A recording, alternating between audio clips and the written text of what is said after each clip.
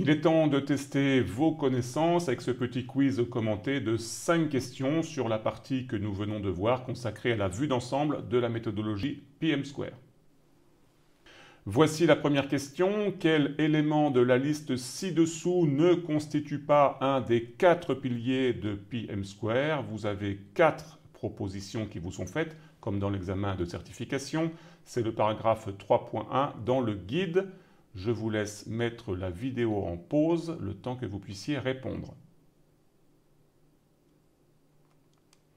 Voici la réponse. Il s'agit de la réponse D. Effectivement, la notion de 7 thèmes n'est pas associée à PM², mais pour le coup associée à Prince2. Voici le rappel des 4 piliers de PM², la gouvernance, le cycle de vie, les processus et les modèles de documents qu'on appelle également artefacts.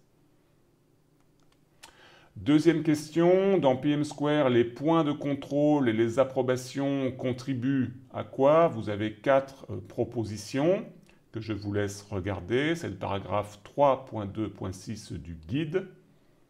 Je vous laisse mettre la vidéo en pause.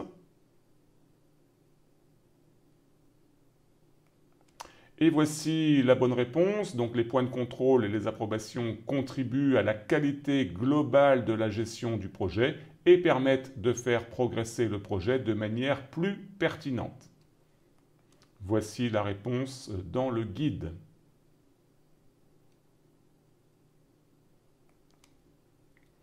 Troisième question, quel acteur PM² porte la responsabilité du lancement du projet? Voici les 4 propositions que vous avez maintenant. Paragraphe 3.3 de notre guide.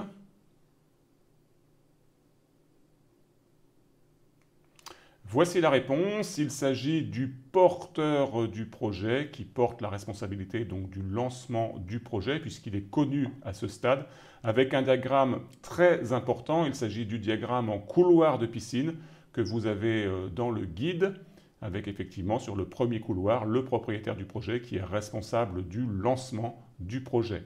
Donc je vous invite à bien regarder ce diagramme, voire à l'imprimer. Quatrième question, que faut-il faire avant d'adapter et de personnaliser la méthodologie PM²? Vous avez 4 propositions. Notre paragraphe de référence est le 3.6 dans le guide. Et voici la réponse. Il s'agit de comprendre l'objectif et la valeur de la méthodologie, comme ça vous est rappelé ici dans les conseils pour l'adaptation et la personnalisation de PM². Voici notre dernière question de ce petit quiz d'entraînement. À quel processus PM² correspond l'objectif de coordonner les travaux prévus dans les plans et de produire les livrables? Vous avez 4 propositions. Le paragraphe de référence est le paragraphe 3.2.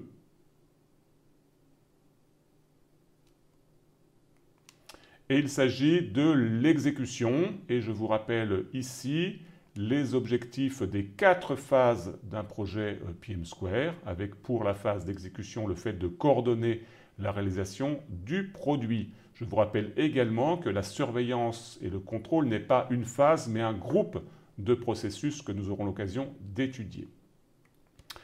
Nous avons terminé ce petit quiz. J'espère que vous avez les 5 bonnes réponses. Si ce n'est pas le cas, je vous invite bien sûr à revoir toutes les vidéos qui vous expliquent ces points clés de PM².